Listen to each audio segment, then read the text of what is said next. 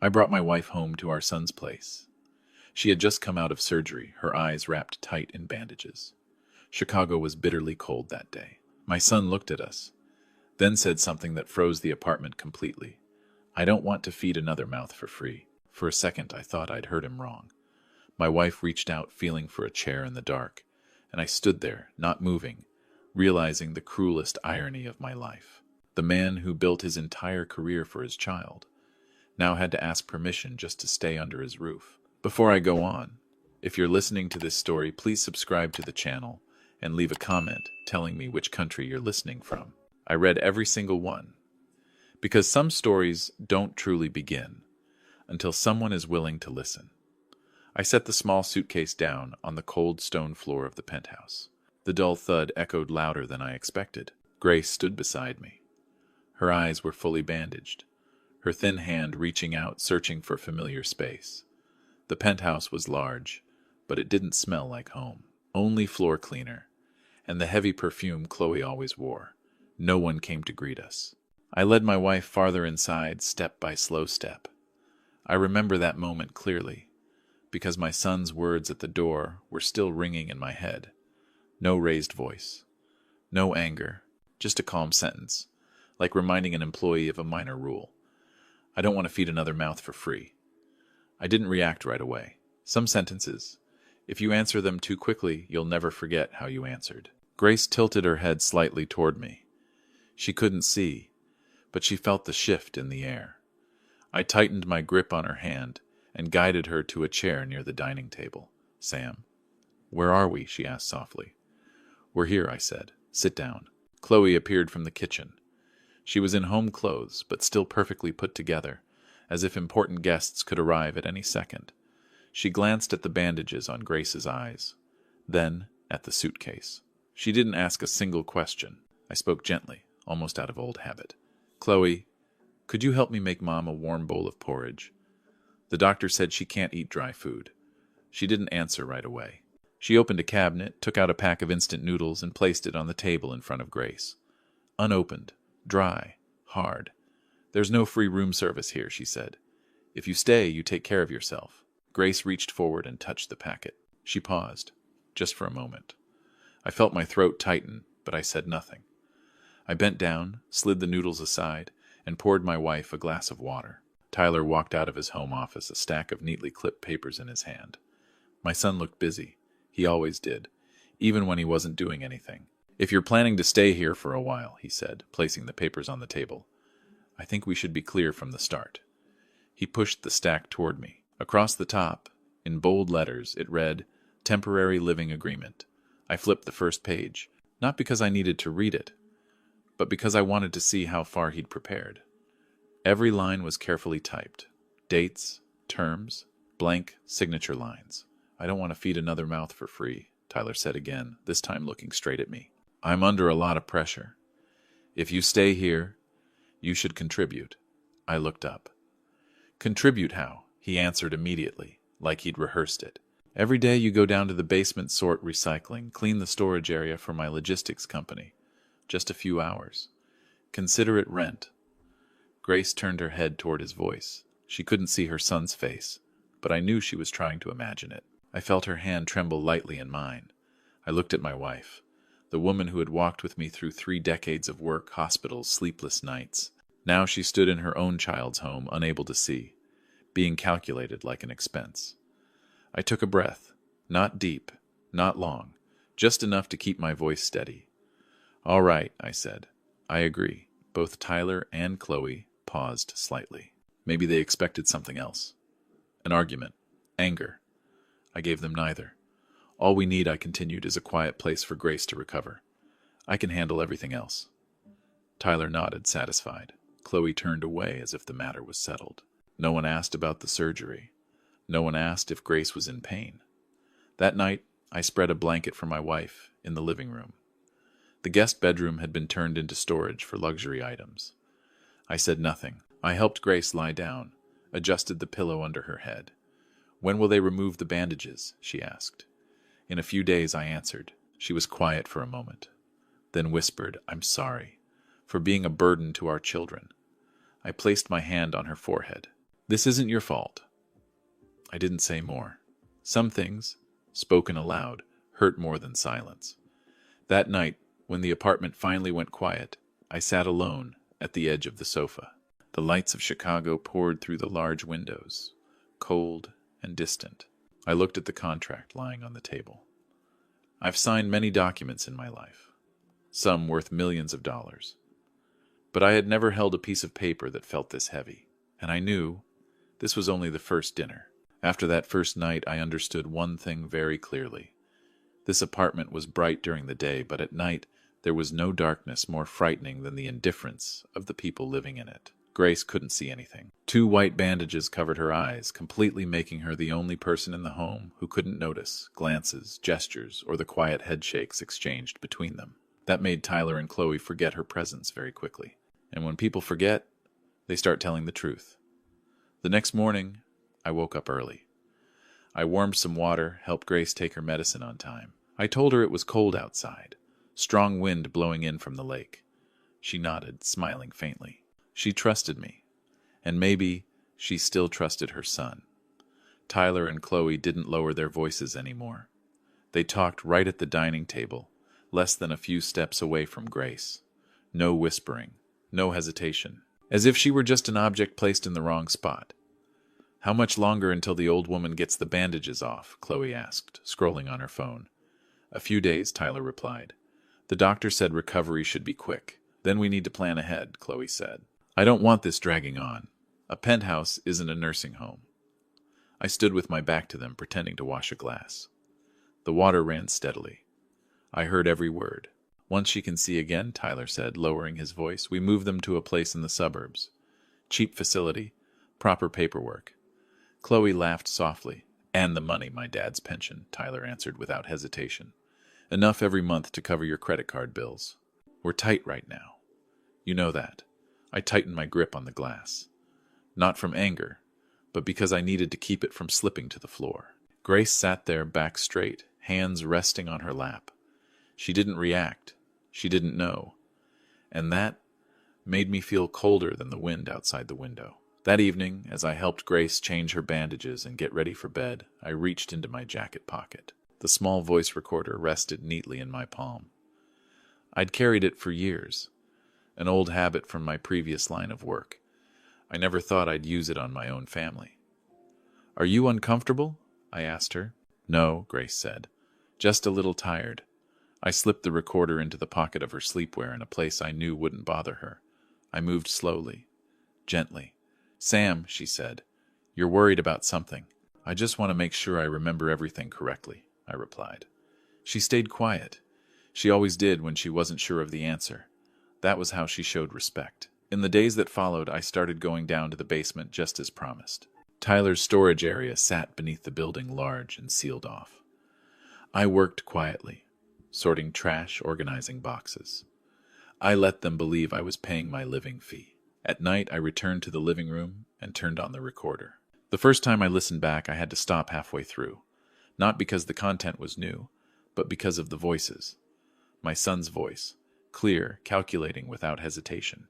Chloe's voice, cold and quick like she was choosing items from a menu. They talked about timing, about paperwork, about how to close off every possible way the 2 old people might resist. No one mentioned Grace's surgery. No one asked if she was in pain. In the recordings, their parents were referred to only by convenient terms. The old folks, those 2, the problem. I sat, listening under dim light. I didn't get angry. I didn't slam the table. Something else was happening inside me. A deep, heavy silence. Very familiar. It was the same state I used to enter when I had to cut away an entire system to save what remained. I realized a simple truth. Tyler didn't lack money. He lacked boundaries. And Chloe didn't fear guilt. She only feared inconvenience. One night, Grace held my hand as I was about to stand up. "Do you hear them arguing?" she asked. "No," I said. "It's just the wind." She nodded. But I knew she didn't fully believe me. People who can't see. Listen very carefully. And there are sounds you don't need ears to recognize. I listened to the final recording just before dawn. In it, Tyler said something I will never forget. "He taught us to look far ahead," he said. "Now, he can't see anything anymore." I turned off the recorder. For the first time in many years, I saw clearly that my son had chosen to stand on the other side. Not the side opposite me, but the side opposite every value I had lived by. I folded the recorder and slipped it back into my pocket. I looked over at Grace, sleeping peacefully, her face calm in the darkness. I had no doubts left. If they had decided we were a burden to be removed, then I would clean things up first, in my own way. The next morning, I went down to the basement earlier than usual. I carried nothing with me except an old pair of gloves and the silence that had become familiar. After that night, with Tyler's words still echoing in my head, I understood something clearly.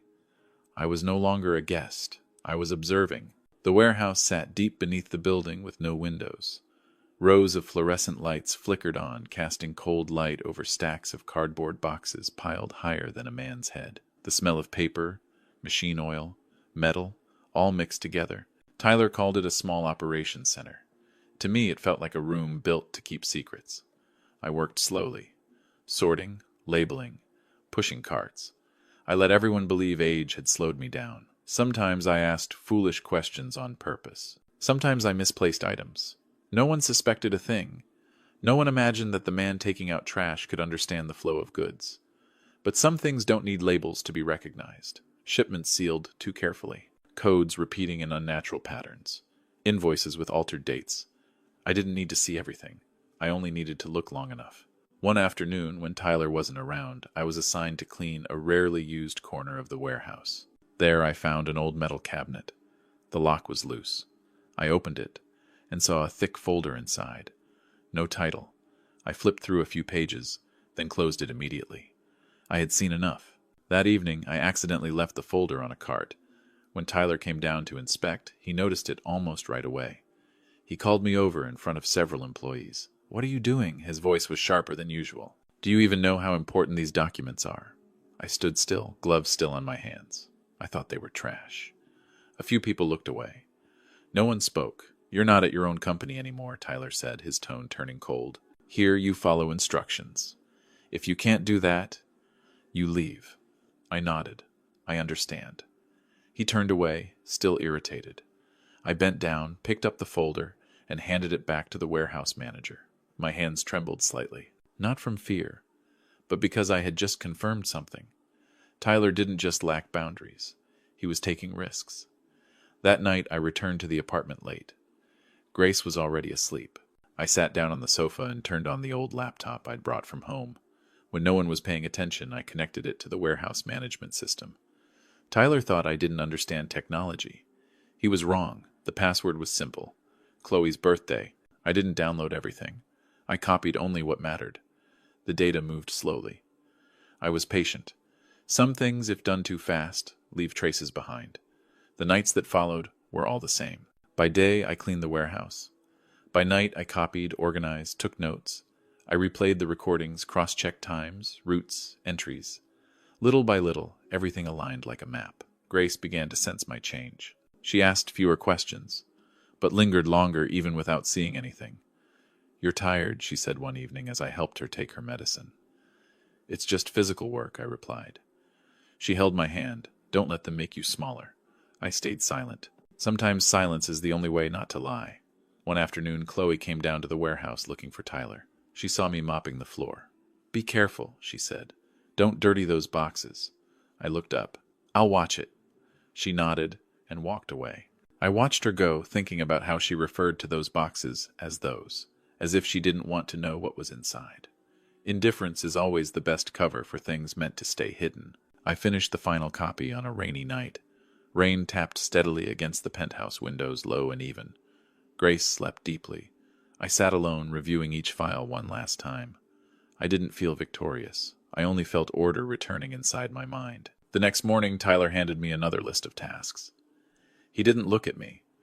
"Finish these before the weekend," he said. "All right," I replied. He didn't know that everything had already begun slipping out of his control the moment he underestimated the man cleaning up after him. That evening, I stood on the balcony looking down at the city. Chicago lit up window by window. Each one held a different story. I thought of Grace, of the bandages soon to be removed from her eyes, of the moment she would finally see things as they truly were. I didn't have much time, but I wasn't in a hurry. Because when the truth comes to light, it doesn't need anyone to shout. It only needs the right moment. The day Tyler chose to host the party came faster than I expected. He called it an intimate gathering, but the penthouse was staged like a showroom. The lights were turned up, new rugs rolled out, bottles of wine lined up in neat rows. I watched it all from the balcony where winter wind slipped through the doorframe carrying that familiar dry cold. That same day, Grace had her bandages removed. In the morning I took her to the hospital. The doctor worked slowly, carefully. When the final layer came off, Grace blinked a few times, squinting at the light. I stood still. I didn't ask anything. I just waited. "I can see," she said. Her voice was strangely calm. "Clearly," I asked.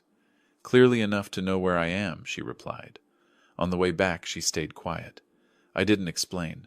I didn't need to. Some truths, once the eyes are open, find their way on their own. By afternoon, the guests began to arrive. Tyler told me to put the cleaning clothes back on, not because they were short-handed, because he wanted to. He said it in front of Chloe like a small joke. "Help me out, Dad," he said. "Just for fun." I nodded. I tied the apron again, straightened it carefully. I didn't feel humiliated. I only felt that everything was moving into the right place. Grace sat on the sofa in a simple dress. She looked around at unfamiliar faces, at her son shaking hands and smiling. She looked at me, then back at him. I saw her gaze linger a little longer. I carried a tray of drinks through the crowd. Conversations about contracts, routes, numbers floated through the room as if they were harmless things. I listened. I remembered. Then I let them go. I didn't need anything more. When Tyler raised his glass and asked for attention, I stood at the edge of the room. "Thank you all for coming," he said. "This contract opens a new chapter for the company." Applause followed. Chloe smiled, confident. Grace stood up. She didn't speak right away. She simply walked slowly toward me. "Sam," she said softly, "come here." I set the tray down. I stepped closer. She looked at me, then at Tyler. This time nothing stood between her eyes and the truth. "What did you make your parents do?" she asked. No raised voice. No tremor. The room sagged into silence. Tyler forced a smile. "Mom, this isn't the time. Answer me," she said. Before he could speak again, the doorbell rang. Not long, not rushed, just 2 steady chimes. Chloe turned. "Who is that?" I checked my watch. Right on time. I walked over and opened the door. 2 men stood there in dark coats. They showed their badges quickly. "We need to speak with Tyler Bennett," one of them said. There was no shouting. No one was dragged away. Only silence, spreading through the room like a wave. Tyler stepped forward, his face stiffening. "What is this about? We need a private conversation," the man said. "Regarding operational activities." Tyler looked around. All eyes were on him. Chloe moved closer, but was stopped by a small, polite gesture. I stood still. I didn't look at Tyler. I looked at Grace. She looked back at me, then at the men in front of her. "You knew this would happen?" she asked. "I knew it was time," I said. Tyler turned to me. For the first time that night, he looked straight at me. No smile. No confidence left. "What did you do?" he asked. I didn't answer. I didn't need to. The guests were asked to leave one by one. No loud voices. No questions. The room grew larger, emptier. When the door closed behind the last guest, the air became heavy. Tyler was invited into the study. Chloe stayed behind, her hands clenched tight. She looked at me, then at Grace. "You were listening in," Chloe said. Grace shook her head. "I just opened my eyes. I gathered the empty glasses." I untied the apron, folded it neatly, and placed it on a chair. A while later, Tyler came back out. He wasn't detained. Not yet. But his face had changed. Like a room with a window suddenly opened, revealing what hadn't been cleared away in time. "You're the one who talked," he said quietly. "I'm the one who had no other choice," I replied. Grace stepped beside me. She placed her hand over mine. "Steady. You made your choice," she said to Tyler. "Now you have to learn to see the consequences." No one spoke after that. There was no need. When everything settled, I led Grace back out to the balcony. Cold wind brushed past us, but she didn't shiver. She looked out at the city, at the lights below. "I see it now," she said. "Not this apartment, but our son." I nodded. Behind us, the penthouse was silent. A different kind of silence than before. Not indifference, but waiting.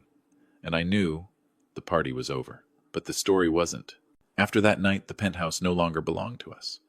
Not because anyone told us to leave, but because everything that needed to end had ended.